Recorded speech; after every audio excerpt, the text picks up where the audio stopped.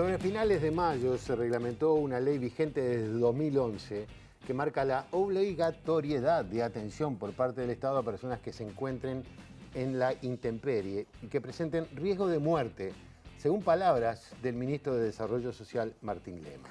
Esta asistencia obligatoria presenta un nuevo protocolo aprobado por este Poder Ejecutivo, pero según manifestaron autoridades anteriores, esta ya era una práctica que se llevaba adelante apelando al juzgado de familia o a la ley de faltas. ¿Qué cambios implica esta reglamentación? ¿Qué opinan las sociedades médicas y las personas en situación de calle? Hoy, en la letra chica, internación compulsiva, herramienta sanitaria.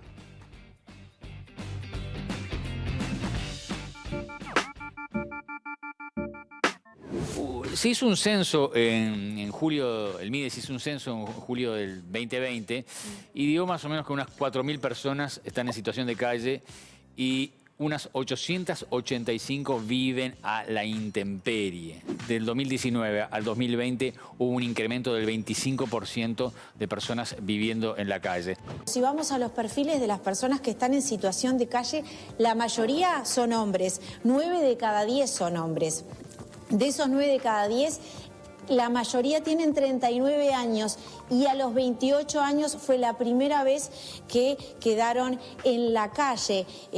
Digamos, si vamos a la gente que está en la calle, el 48% hace un año que está en la calle. Y otro dato significativo, esto es en Montevideo, el 81% pertenece a Montevideo, y de la población afro, de los que están en situación de calle, 3 de cada 10. La reglamentación de una ley que es del 2011, donde se establece que ahora de forma obligatoria el Estado debe brindar asistencia a las personas que se encuentran en situación de calle con un riesgo de muerte. Cuando los trabajadores del MIDES localicen a una persona en situación de calle que esté en riesgo, deberán solicitar la colaboración de los funcionarios de ACE, quienes van a elaborar un certificado médico sobre el estado de la persona. El personal de salud asistirá a la persona en el lugar o se la trasladará a un refugio o a un centro de salud. Este jueves el MIDES activó el decreto que permite que la policía intervenga en el traslado de personas en situación de calle que se nieguen a recibir asistencia. El Ministerio del Interior lo que hace en este protocolo es colaborar con el traslado, es decir, con el auxilio de esa persona que en una primera instancia se niega a ser atendida. Estamos en un contexto de pandemia, de crisis sanitaria, y por lo tanto lo que queremos es acelerar todos estos procesos, que ante el mínimo riesgo de vida, una de estas ambulancias que están a nuestra disposición puedan concurrir al lugar, puedan certificar que hay un riesgo de vida y tomar los recaudos y las acciones necesarias para trasladar a esa persona a un centro de salud. El problema no es tan simple como cuando uno tiene que correr una cosa de un lugar a otro. El problema es mucho más complejo y el abordaje, me parece a mí, no es efectivo si se hace simplemente a través del accionar de la policía. Las razones por las que una persona, como te decía, termina en esta triste situación de vivir en la calle son múltiples y son muy complejas. Si no las abordamos desde el origen, si no analizamos las situaciones que a cada uno le llevaron a terminar así, es difícil que encontremos una solución de fondo que no sea simplemente correr el problema del lugar. El artículo 14 de la LUC agrava la ley de faltas. Criminaliza la vulnerabilidad y las personas en situación de calle, ya sea en refugio o calle.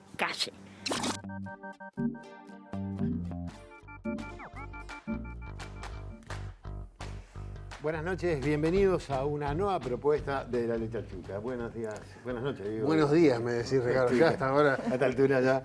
Bueno, buenas noches, Ricardo. Buenas noches. Denise, andás por ahí, buenas noches. ¿Qué tal? Buenas noches, ¿cómo están? Muy bien, muy bien. Ricardo, antes de seguir con este programa, bueno, el tema que vamos a tocar, lo vieron en el tape de arranque, decirle que tuvimos, como siempre, algunas invitaciones que no se pudieron concretar. Invitamos al ministro de Desarrollo Social, a Martín Lema, que no pudo estar por razones de agenda, y tampoco puede venir hoy el director de Salud Mental y Poblaciones Vulnerables de ACE, Pablo Fielich, por encontrarse trabajando en consulta hasta ahora. Queríamos aclarar eso antes de arrancar. Bien, esta ley que en su principio se llamó de internación compulsiva fue aprobada en el 2011, rodeada de muchas polémicas. Para repasar qué elementos contiene y qué cambios se producen A partir de la reglamentación vamos a recibir a nuestra compañera a Natalia Ubal. Natalia, gracias por acompañarnos como siempre. ¿Cómo están? ¿Cómo andás, Natalia? Y bueno, vas a tener que aclararnos toda esta situación. ¿Cómo es la ley aprobada en el 2011 y qué cambios trae sobre la ley la nueva reglamentación?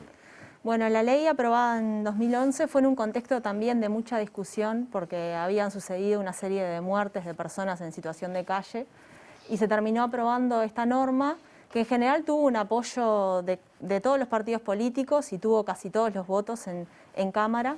Fue un proyecto de artículo único, es una ley de artículo único, que lo que establece es que las personas de cualquier edad que tengan riesgo, ya sea riesgo de vida o riesgo grave para su salud, por estar a la intemperie, pueden ser conducidas, digamos, contra su voluntad o sin su consentimiento, digamos, y eso no se considera una especie de procedimiento policial correccional, creo que es el término, ¿no? O sea, no es una detención clásica, sino que se lo conduce a un centro, el texto de la ley dice refugio u otro lugar, es decir, no especifica mucho, es bastante ambiguo, y se lo traslada a un centro para evitar justamente que muera o que tenga perjuicios graves para su salud. Ahí en su momento, en la exposición de motivos del texto, que fue un texto que promovió el Frente Amplio, lo que establecía era el deber del Estado de cuidar la salud pública y además, bueno, en casos, por cuestiones humanitarias, digamos, en casos de personas en situación de calle que tienen, como decía, un riesgo de vida, un riesgo de perjuicio grave para su salud por las circunstancias en las que están, y además que se puede presumir, también lo decía la exposición de motivos, que quizás tengan algún problema de salud, ya sea física o psicológica. Bueno, en esos casos como que ameritaría el traslado, eso era lo que decía la exposición de motivos de aquel proyecto de ley. Ahora se reglamenta esto y lo que se establece es un protocolo, como escuchábamos en el informe, que lo que hace es establecer, bueno, claramente en qué momento interviene cada actor, ¿no? En primera instancia interviene el Ministerio de Desarrollo Social, ya sea porque le llega una denuncia que hay una persona en situación de calle o en malas condiciones, siempre están en malas condiciones, digamos, pero en condiciones extremas, digamos, que corre riesgo su vida, o porque, bueno, en sus recorridas habituales el MIDES detecta esa situación, claro. Entonces lo que hace el MIDES es comunicarse inmediatamente con la Administración de los Servicios de Salud del Estado, con emergencia de ACE o con psiquiatras de ACE también, para que intervengan, y es el médico el que tiene la responsabilidad de determinar si esa persona tiene riesgo grave de vida o de salud. Es el médico el que tiene que, en todo caso, decidir si se traslada a esa persona a un centro de salud o a un refugio del MIDES, y esa decisión también corre por cuenta del médico, es decir, cuando los médicos intervienen, el MIDES se retira, el médico resuelve eso y el médico puede eventualmente solicitar también apoyo policial, así lo dice el protocolo, en caso de que la persona se resista a ser trasladada. Y en esos casos tiene que dejar por escrito que la persona corre riesgo, de manera de que... El médico. Claro, el médico, toda la responsabilidad recae en el médico en ese caso. Y bueno, ese es un poco el protocolo. Y luego, si quieren, vemos un poco las discusiones que hay en torno a esta reglamentación una también. preguntita sobre esto concreto. O sea, en definitiva, lo que hizo la reglamentación es determinar esto que tú decís. Bueno, primero el MIDES, después el médico, después si el médico lo entiende y es necesario la policía. Claro. Eso. Eso es lo que establece la reglamentación, el decreto reglamentario, que es un decreto que incluye anexo el protocolo, y eso es lo que establece. En realidad fue una ley aprobada, como decíamos, en 2011 en el gobierno de Mujica y fue promovida por el Frente Amplio. ¿Denise? Sí, como decías, Natalia, fue una ley aprobada en 2011 y también se planteaban autoridades de la anterior gestión del MIDES que este criterio en realidad no es una novedad, sino que ya se venía aplicando, apelando o al juzgado de familia o a la ley de faltas después de que se aprobó la ley de faltas. ¿Se llegó a aplicar efectivamente esta ley durante los gobiernos anteriores? Sí, la directora del programa Calles, Micaela Melgar, ha dicho en más de una entrevista periodística, yo hablé con ella esta tarde, para preguntarle justamente esto y que me diera detalles de en qué momentos se aplicó, por ejemplo, la ley de faltas y en qué escenarios se aplicaba otro tipo de normativa, como por ejemplo la ley del psicópata. Tiene ese nombre, pero porque es una ley muy vieja, pero en realidad ¿Tiene ese nombre literalmente? Sí, al tema de la salud mental.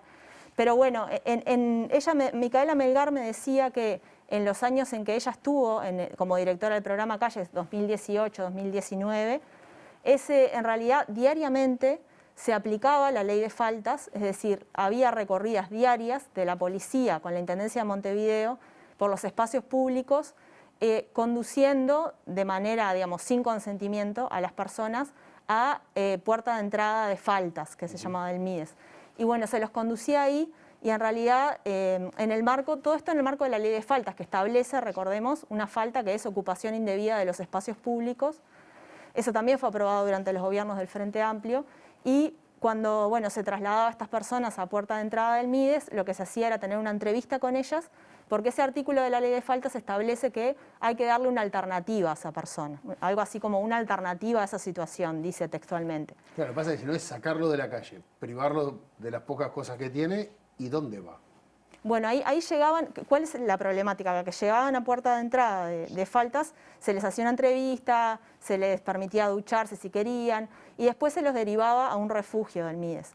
Lo que me contaba Micaela Melgar en realidad es que el 60% de las personas que eran derivadas a refugios nunca iban a los refugios.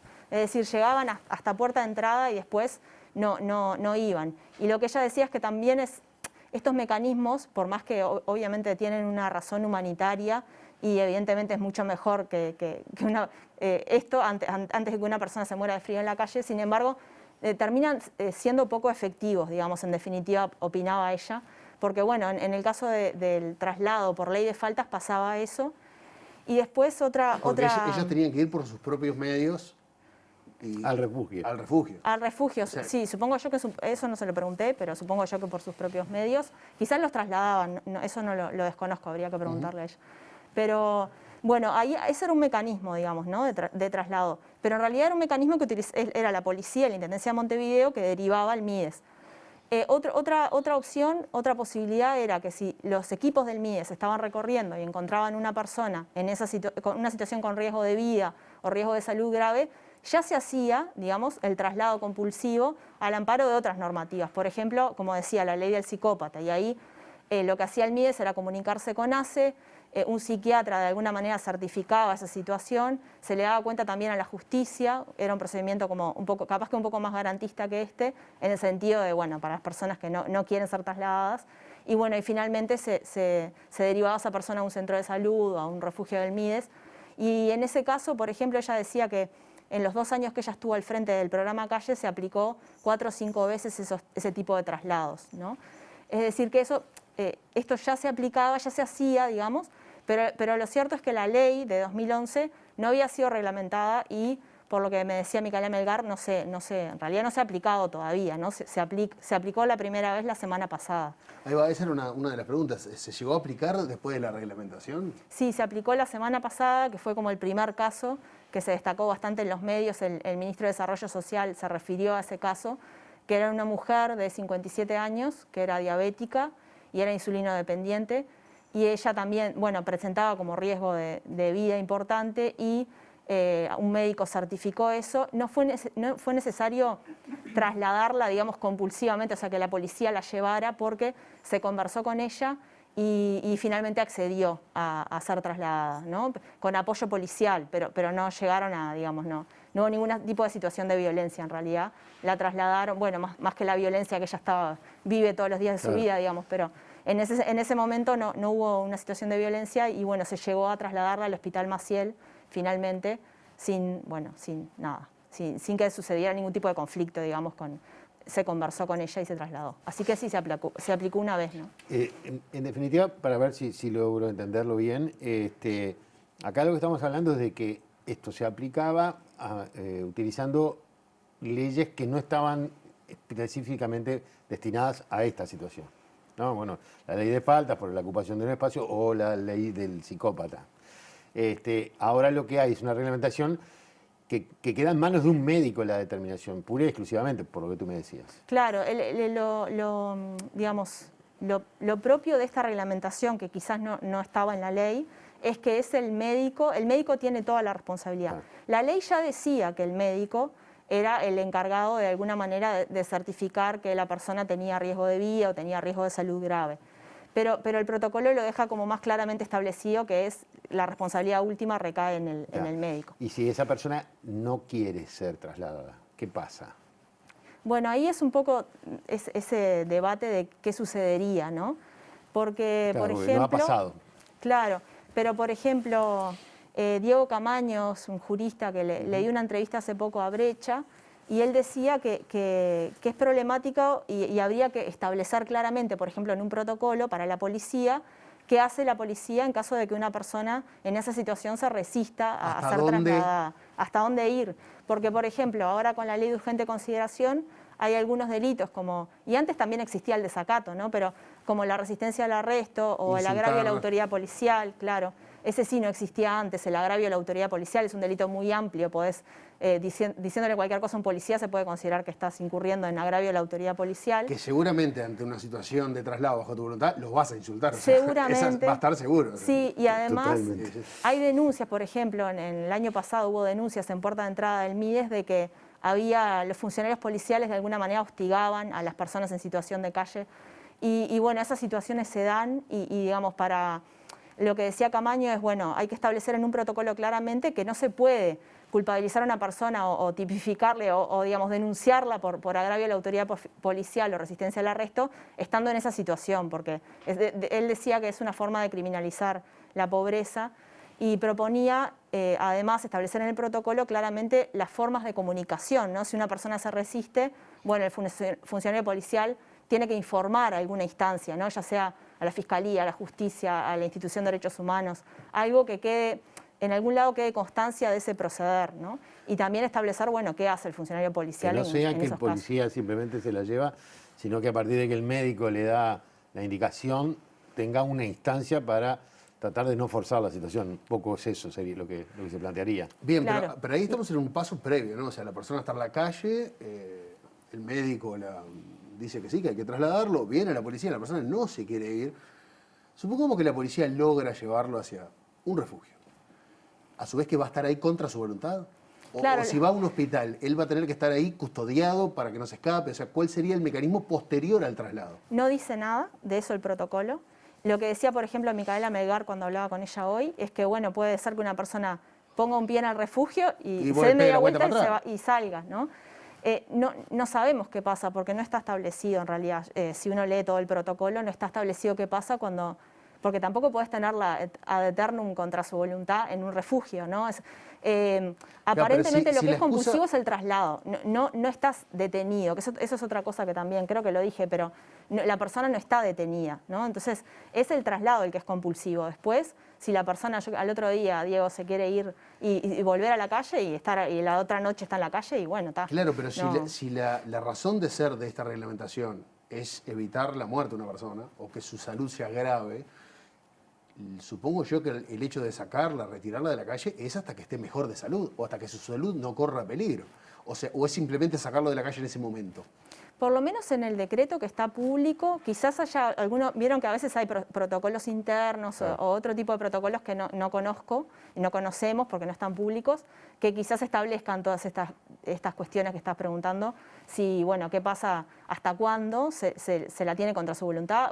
Yo entiendo de la lectura del protocolo que es solamente el traslado, pero quizás está establecido en otro lado de que, la señora esta que es insulino dependiente, que es diabética, no se le va a ir de un día para el otro la diabetes y va a seguir siendo insulino dependiente y va a seguir viviendo en la calle. Sí. O sea, esta situación, más allá del traslado, de lo que genere, todo, no veo una solución. Pero bueno, Denise.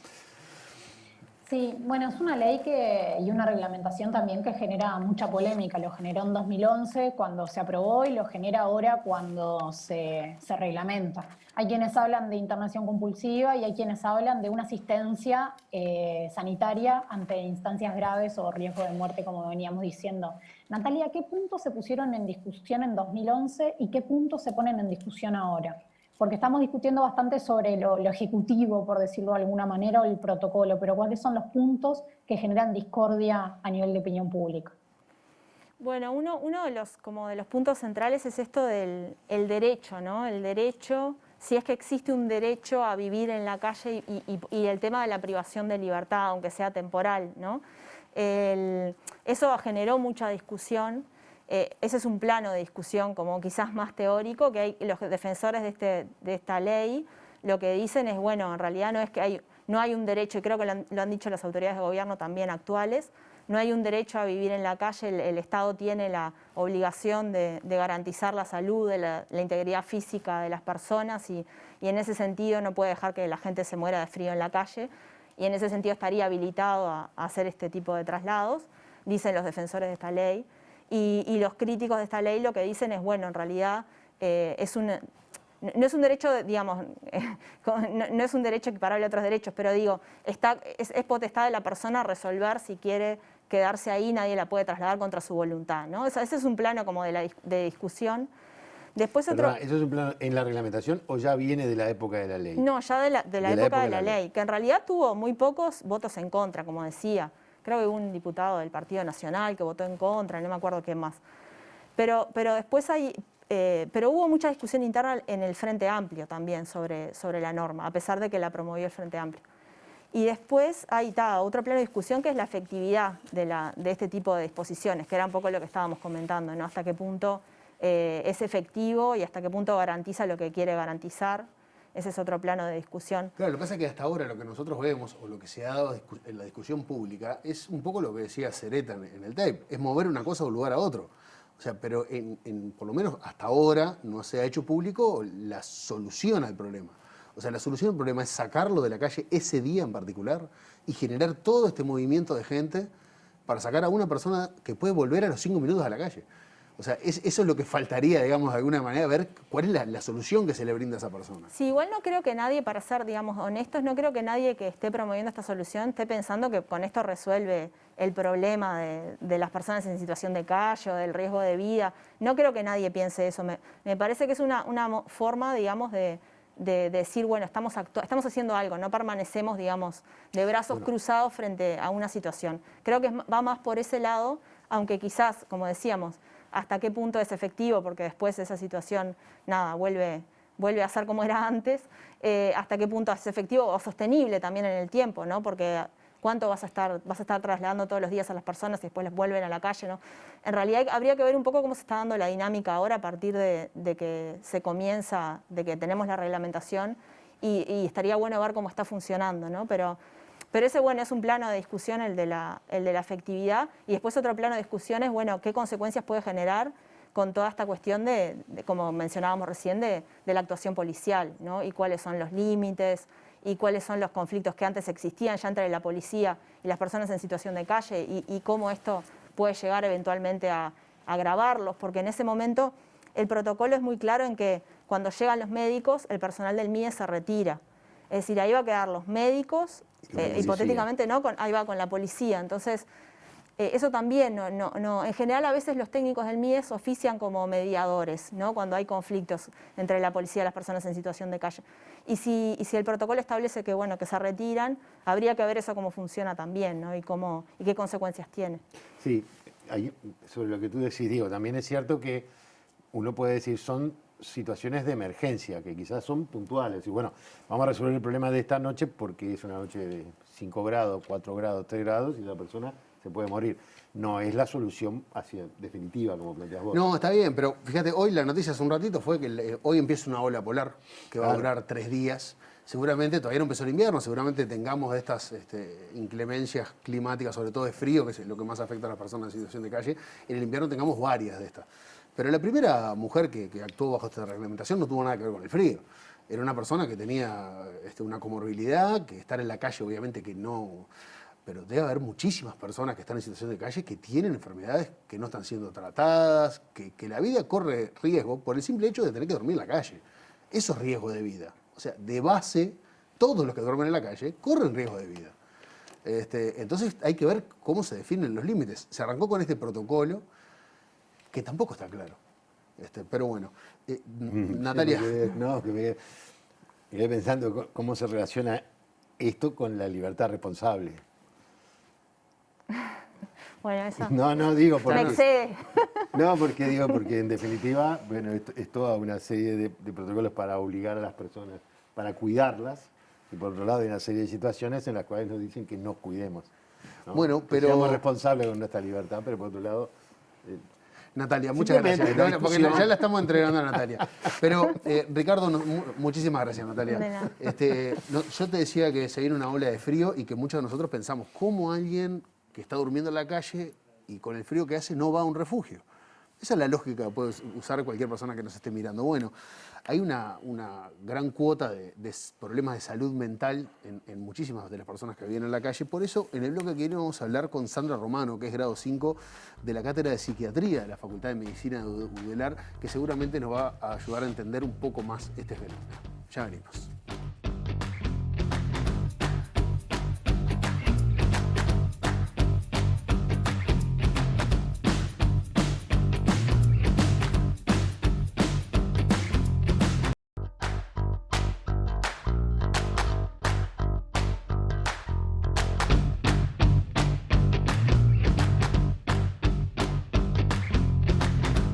Seguimos en La Letra Chica y en este segundo bloque nos hacemos una pregunta. ¿De qué hablamos cuando hablamos de internación compulsiva?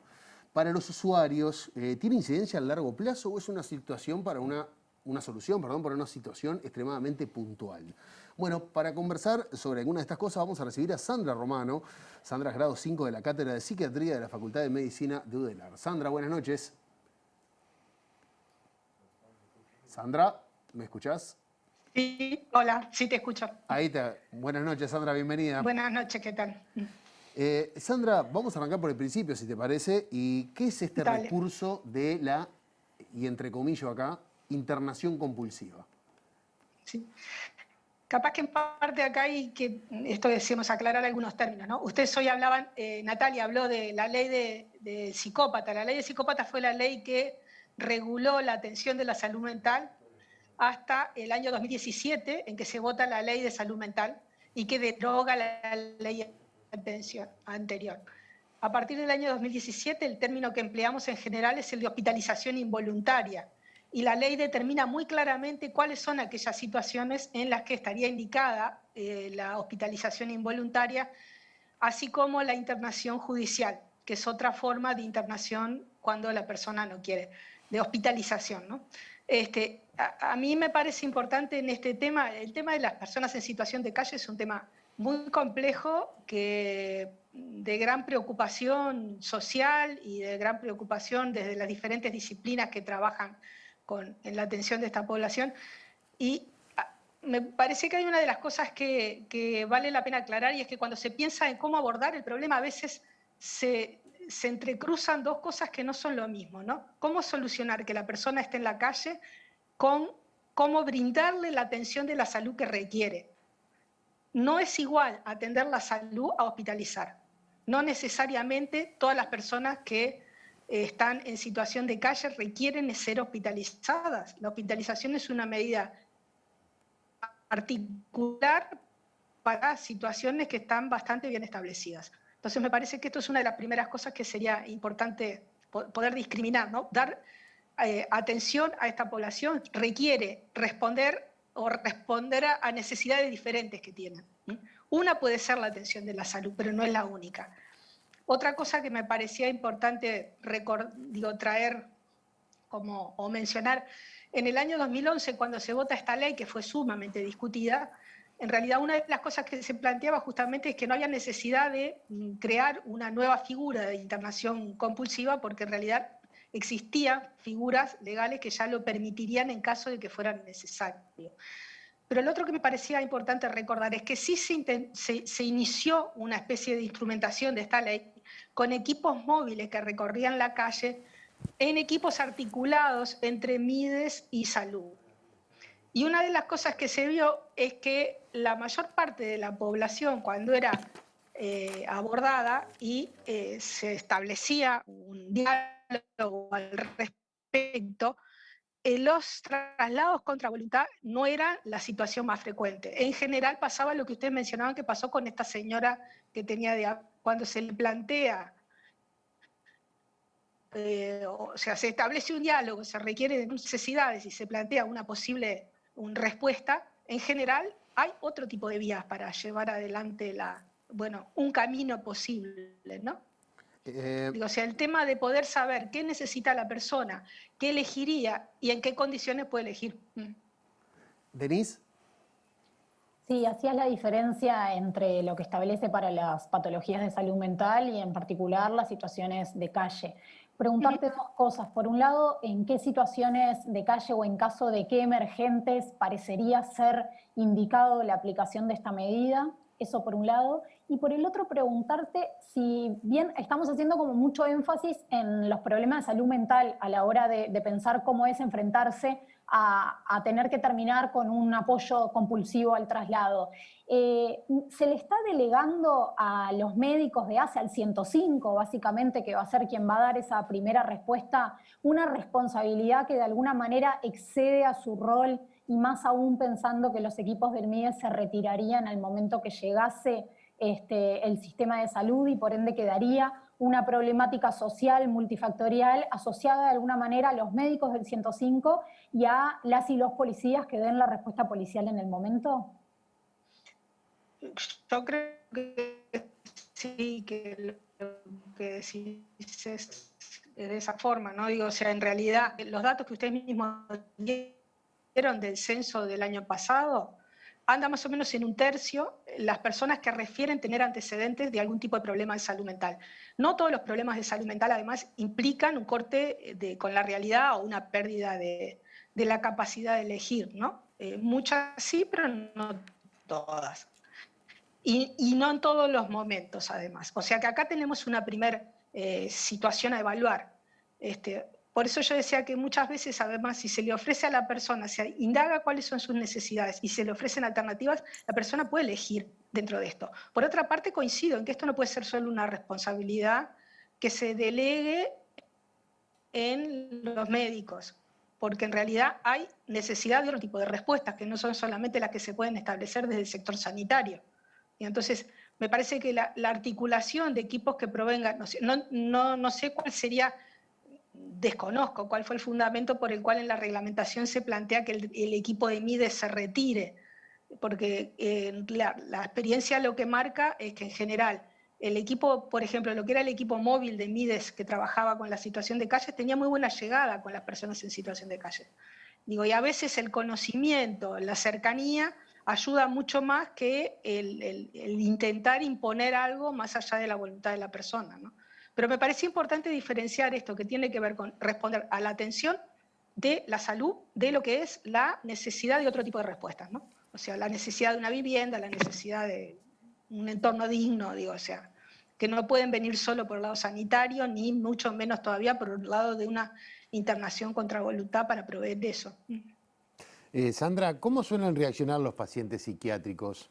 Digo, porque ¿cómo suelen reaccionar los pacientes psiquiátricos?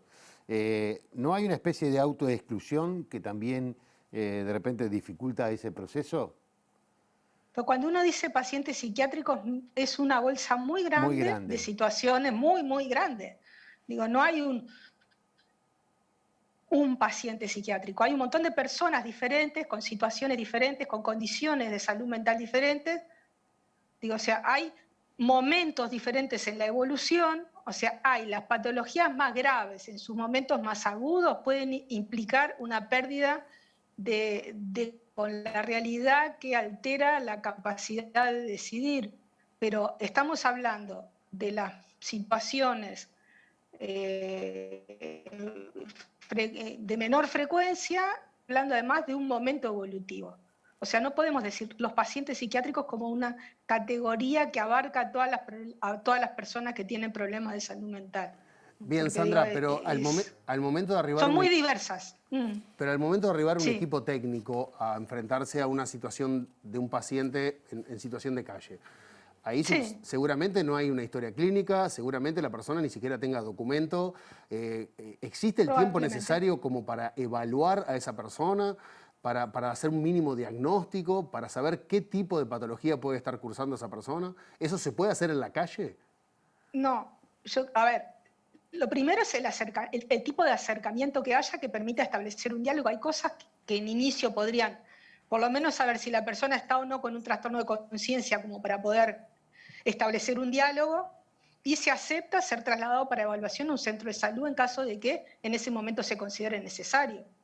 Pero no sería la única alternativa, me parece, ¿no?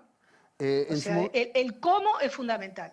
El cómo se acerca el equipo a la persona. Insisto, no puede ser solamente el equipo de salud. En su momento algunos psiquiatras expresaron que esta medida les permitía ser de alguna manera más persuasivos a la hora de invitar a personas en situación de calle a tomar alguna medida. ¿Efectivamente se puede tomar esta alternativa como una herramienta que sume en el proceso del trabajo con un usuario?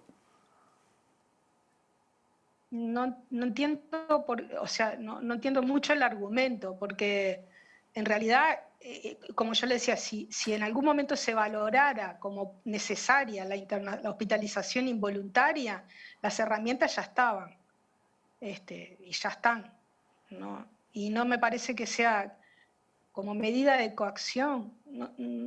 La verdad no sé, no escuché ese argumento, no.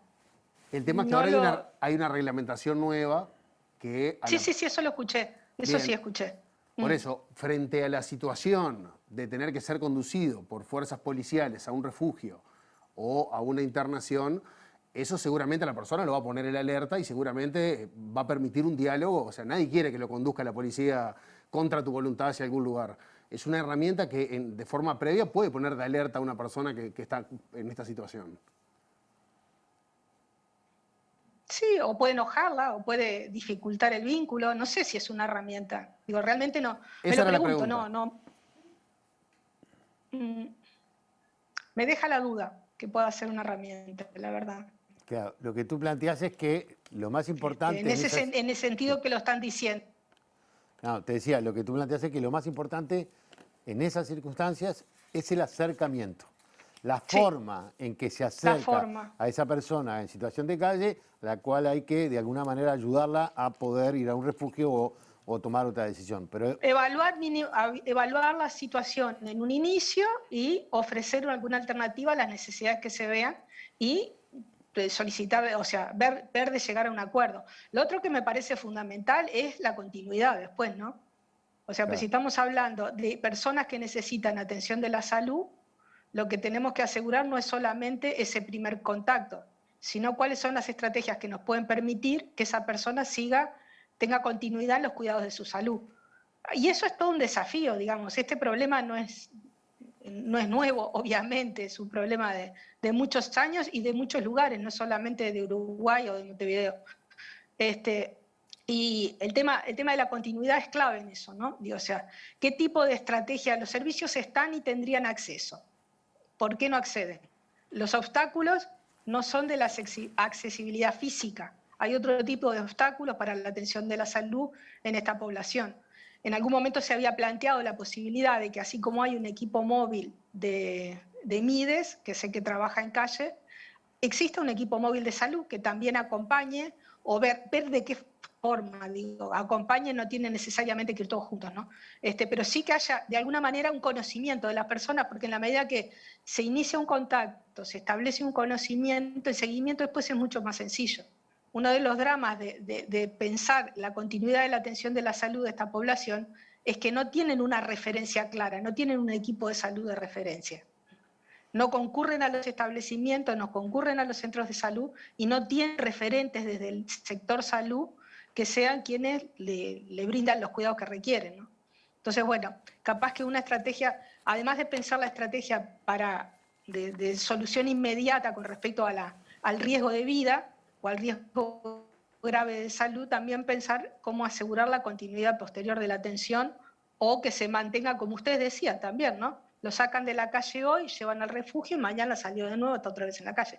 Bueno, ¿cómo hacemos para, además de atender, que no muera hoy, que pueda estar atendido mañana, ¿no? Pensamos que ese es el desafío, entonces. Sandra, muchísimas gracias por acompañarnos esta noche. Por favor, gracias a usted por tomar este tema que es realmente muy importante. Un placer. Hasta luego.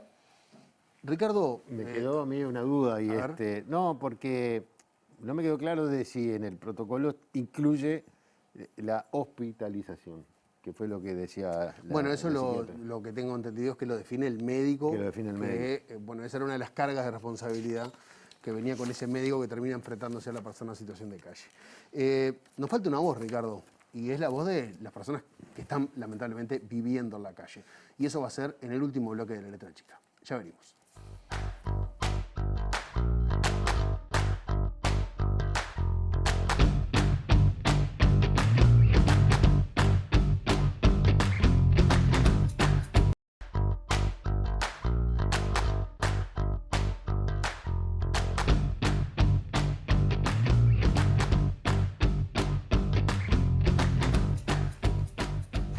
Decía recién Diego que nos falta, bueno, la palabra de las personas que están en esa situación de calle. Así que para hablar de este tema vamos a estar recibiendo a Paula, que es integrante del colectivo Ni Todo Está Perdido. Bienvenida, Paula, gracias por acompañarnos esta noche.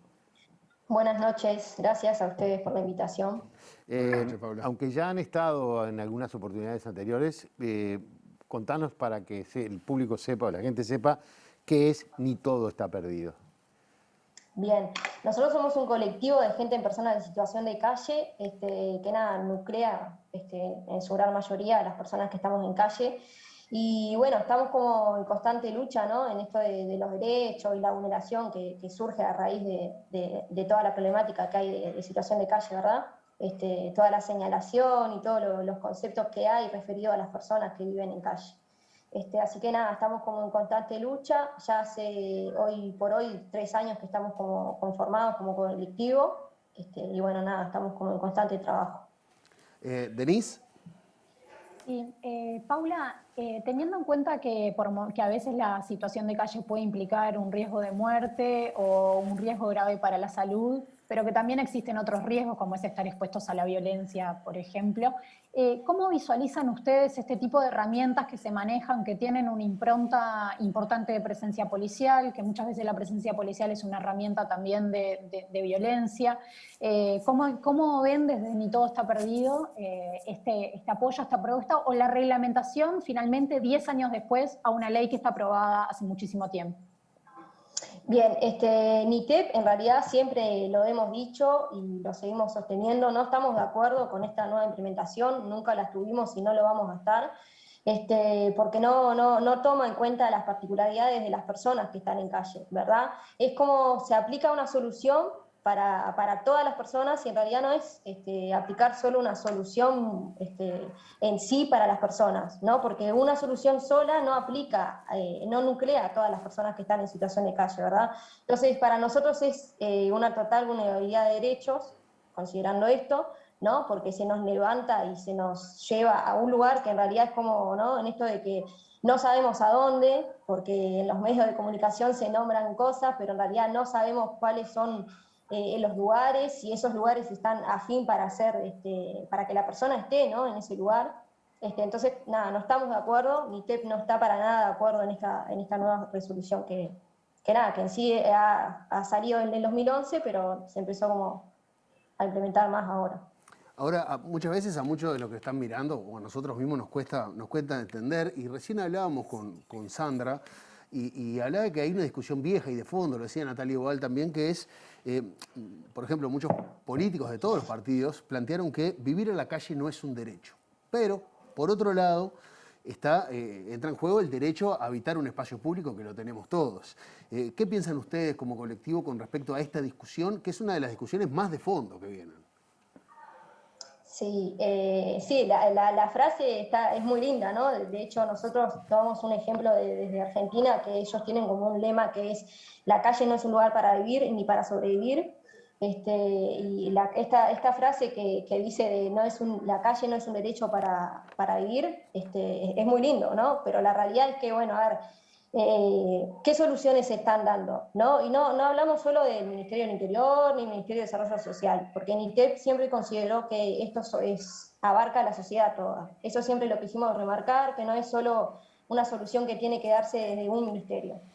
Ahora, con respecto a esta frase tan nombrada, ¿no? O dicha, como que nos resuena, ¿no? Un poco en esto de, bueno, pero a ver, los refugios no es una solución, ¿sí? Porque la realidad de un refugio es que es una solución nocturna, ¿verdad? Entonces, la persona en situación de calle, al otro día, a las 9 de la mañana, tiene que estar 9 horas en la calle, ¿sí? Entonces, ¿cuál es este lema o esta frase que dice, no, la calle no es un lugar no es un derecho para vivir, ¿no? Pero ¿qué solución se está dando realmente frente a esto? ¿No? ¿Realmente se está dando una solución a la situación en calle? ¿No? Esa solución la tendrían que dar las autoridades. ¿Qué relación tienen o cómo se llevan o cómo es el vínculo que tienen ustedes con las autoridades? Hasta el año pasado, hasta mediados de este año, en realidad a principios de año más que nada, nosotros teníamos una mesa de trabajo con MIDES, con Intendencia, en donde, bueno, estábamos en una mesa de diálogo, ambas instituciones por separado. Bueno, nada, donde ahí surgían temas y llevamos soluciones. Ahora por el tema de la pandemia y demás, ahora se ha cortado y vamos a retomar. A decir verdad, con las instituciones hemos tenido mucho diálogo, ¿sí? Lo que nosotros no vemos y siempre lo remarcamos es no hay soluciones reales, ¿no? No hay ni soluciones reales ni soluciones que realmente como impliquen a toda la sociedad, a toda la gente que está en situación de calle, ¿verdad? Porque si se aplica una solución o se cree que se aplica una solución para toda una sociedad que está en situación de calle, cuando en realidad la población en situación de calle es muy heterogénea, ¿sí? Es decir, no es solo por patologías, no es solo por consumo, no es solo porque es muy heterogéneo de por qué en sí la persona queda en calle, ¿no? Entonces, lo que no vemos del lado de los organismos y demás es realmente soluciones reales, ¿no? Y que abarquen y que contemplen a todas las personas en situación de calle. Cuando tú decís que todas las situaciones son diferentes, ¿no? O sea, de alguna manera el planteo de ustedes es que hay que encontrar una solución específica para cada una de esas situaciones particulares. Pasa por ahí, o sea, que haya una atención individualizada o por lo menos sectorizada, es decir, bueno, estas personas tienen determinadas dificultades, estas tienen determinadas otras y estas otras. Necesitamos dar soluciones distintas para cada uno de esos casos. Sí, claro, en realidad, a ver, se aplica una solución, ¿no? En esto de la internación compulsiva, ¿no? Se aplica una solución y en realidad no es una solución, porque ¿qué solución le estás dando a la persona en situación de calle? Que vas, lo internás, bien lo escuchaba hace un ratito ahí, acá en este programa, que se lo lleva a un refugio, pero el otro día queda en situación de calle igual, porque está en la calle igual, ¿no? Entonces, sí, tiene que ser una solución. No sé si es como ponerse a pensar, bueno, vamos a ponernos a pensar en soluciones para cada uno, pero sí en tener en cuenta que las personas en situación de calle no son todos iguales, las particularidades son muy diferentes de por qué la persona queda en calle, y sí, sí planteamos, MITEP plantea sí el hecho de que, bueno, se tome en cuenta de que no es solo una solución que abarca a toda la población en situación de calle. Denise. Y Paula, dos preguntas en realidad. Por un lado, si te da la sensación que cuando discutimos esto, que cuando se pone en la opinión pública y se empieza a hablar de internación compulsiva o de otras formas de alguna manera tomar decisiones, ¿de alguna manera se trata a las personas en situación de calle como enfermos, como incapaces? Preguntarte eso por un lado y cómo lo sienten ustedes y qué participación les gustaría tener en otro sentido. Y por otro lado también, hablamos mucho del frío y de la noche, pero la realidad es que obviamente el riesgo de salud, por supuesto, se incrementa durante la noche y durante el invierno, pero la situación de calle se da 24 horas, bien decías, que pasa durante todas esas horas de día en que las personas están en situación de calle, también enfrentan otro tipo de riesgos. ¿Cómo viven ustedes esa cuestión de que la política se enfoque tanto en la noche y tan poco en el día, cuando además el día es la posibilidad por ahí de generar otro tipo de oportunidades? Sí, qué importante, ¿no? Lo que acabas de remarcar, importantísimo. Sí, nosotros en MITEP siempre lo hemos recalcado, situación de calle no es solo en invierno, se enfoca muchísimo y es como, llega invierno y es como, vamos todos a plan invierno, vamos todos a ver cómo podemos ayudar a las personas en situación de calle. Y está de más, porque es buenísimo, hasta la sociedad ayuda pila. Pero, la persona que está en situación de calle está en riesgo los 365 días del año. No es solo plan invierno, no es solo, ¿no? Se sufre los 365 días del año, ¿verdad? Entonces la persona que está en calle sufre y está en riesgo los 365 del año. Con respecto a lo anterior que tú decías, sí, a veces se tiene como hay como un concepto sobre la persona que está en calle de que es enferma y que tiene patologías y que consume y que demás, que la realidad a veces no es así. Nosotros, como NITEP, siempre cuando nos preguntan, por ejemplo, ¿y qué solución creen que puede haber? Mismo con esto de la internación compulsiva, no creemos que sea una solución. Nosotros creemos que una de las cosas que pueden solucionar es más que nada el trabajo humano, ¿no? Esto de acercarse y hablar con la persona en sí, ¿no? Esto de tratarla como no como un objeto, ¿no? Sino como un objeto, un derecho. Una persona tiene un derecho, las personas tenemos derechos. Entonces, nada, como un poco va por ahí, por ese lado, lo que NITEP plantea. ¿Venís? Sí, y Paula, también otra de las cosas que pasan generalmente cuando hablamos de situación de calle, también porque 9 de cada 10 son varones, es que hablamos de los varones y nos centramos muchísimo en las experiencias de vida de los varones, también que muchos tienen pasajes por otros lugares, por la cárcel, el uso problemático de drogas y demás, pero el mundo de las mujeres en calle es un mundo por ahí con otras particularidades. Desde tu lugar, ¿qué nos podés contar de eso y qué te parece que falta para que se escuche también la existencia y la voz de las mujeres en situación de calle? Sí, otro gran tema, la verdad, ¿no? Sí, a nosotros mismos nos pasa dentro de NITEP, ¿no? Es como, porque es la realidad, sí, si bien hay un gran porcentaje de que la mayoría de las personas que están en situación de calle son hombres, las mujeres también están en calle, ¿sí? Y una de las cosas que, por ejemplo, tratábamos mucho en NITEP los otros días es el hecho de que la mujer sale, está en situación de calle y padece cosas que de la naturaleza en sí, por ejemplo, el menstruar. No, esto lo vamos a decir con todas las palabras porque es así, ¿no? Esto de salir a la calle y tener que estar cuidándote todo el tiempo porque, bueno, estás menstruando, porque, ¿no? Hay muchas cosas que sí, que no se toman en cuenta a la hora de ver, bueno, en situación de calle no es solo los varones, las mujeres también se sufre mucha violencia de género cuando vamos en la calle, cuando se va... ¿no? Cuando estamos en espacios públicos, el hecho de, bueno, sos mujer, estoy acá sentada y te puedo piropear, te puedo decir, ¿no? Cosas así, que a veces no está, uno está como tan naturalizado esto de, bueno, te voy a tirar un piropo y te va a caer bien, y en realidad no sabés si a la persona en sí le va a caer bien, ¿no? Entonces hay como una naturalización de, bueno, la mujer no sufre, y en realidad sí, sí. Una de las cosas que nos quedó del programa sobre todo escuchando esta última parte, escuchándote a vos, Paula, es uno de los riesgos que planteaban varias personas en el tape de arranque, que es el riesgo de criminalizar la vulnerabilidad. O sea, encima de que tenés que estar viviendo en la calle, sufriendo todo lo que acabas de contar, que desde el Estado o desde la sociedad se los criminalice diciendo, bueno, no, hay que sacarlo de acá, internenlo. O sea, ¿cómo les afecta eso a ustedes? Que aparte de la visión discriminadora, que tenemos la mayoría de las personas hacia los que viven en situación de calle, con mucho prejuicio, sumarle a eso la criminalidad, o sea, tomarlos como una especie de delincuentes que se están apropiando del espacio o algo así. ¿Qué han charlado entre ustedes con respecto a eso? Bien, en realidad nosotros lo que creemos es que, los espacios públicos, nada, te lo dice la palabra, ¿no? Espacio público, es un espacio donde en realidad se debería de poder habitar sin distinción de la situación de la persona en sí, ¿no? Nosotros hemos recibido mucha discriminación, nosotros digo situación de calle, ¿verdad? No solo NITEP, sino muchas personas.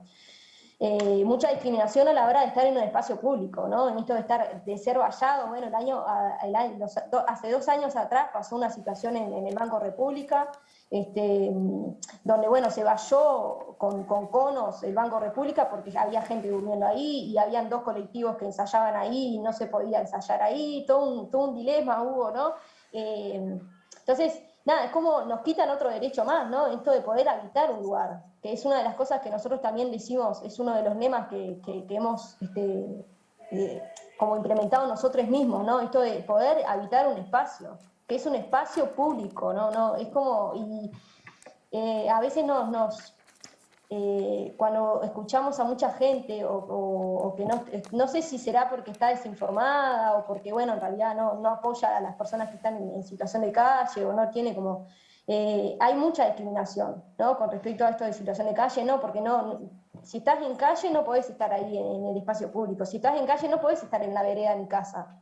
es como, hay como una criminalización impresionante y eso a nosotros nos genera mucho, tal vez, no sé si dolor, pero nos genera que la sociedad no se concientice, ¿no? En esto de poder ver la realidad del otro. Porque a veces estamos mucho en el yo, y no vemos la realidad del otro. Que a veces nos puede pasar, porque nadie está exento a pasar situaciones que el otro esté pasando. Paula, te agradecemos muchísimo que hayas participado en el programa de esta noche. Bueno, muchas gracias a ustedes. Que pases muy bien. Nos vamos. Denise, ¿alguna reflexión?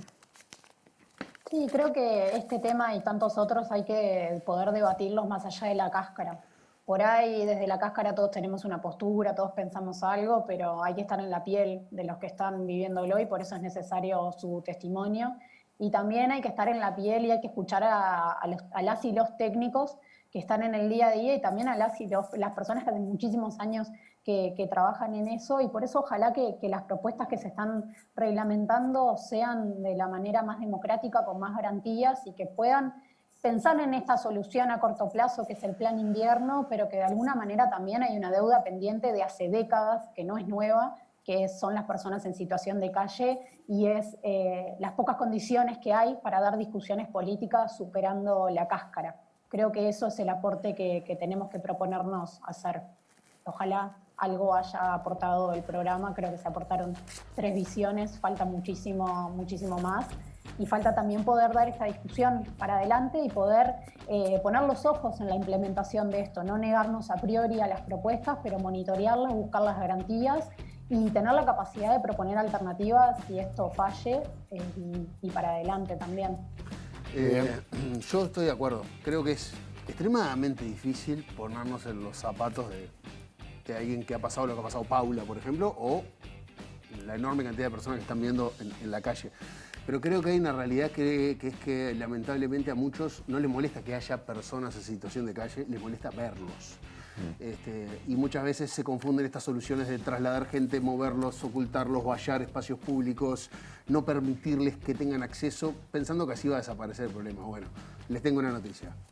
No desaparece el problema poniendo conitos y poniendo vallitas. Así que hay que ir un poquito más allá. Nos vamos. Nos vamos, Ricardo. Volvemos el miércoles. Sí, mañana hay partido de la NBA. Si supiera que juega les diría, pero seguramente son 2 cuadrazos que le van a romper. Mañana en vivo hay NBA acá por TV Ciudad. Nosotros volvemos el miércoles con un programa dedicado al trabajo. Exactamente. Así que hasta el miércoles.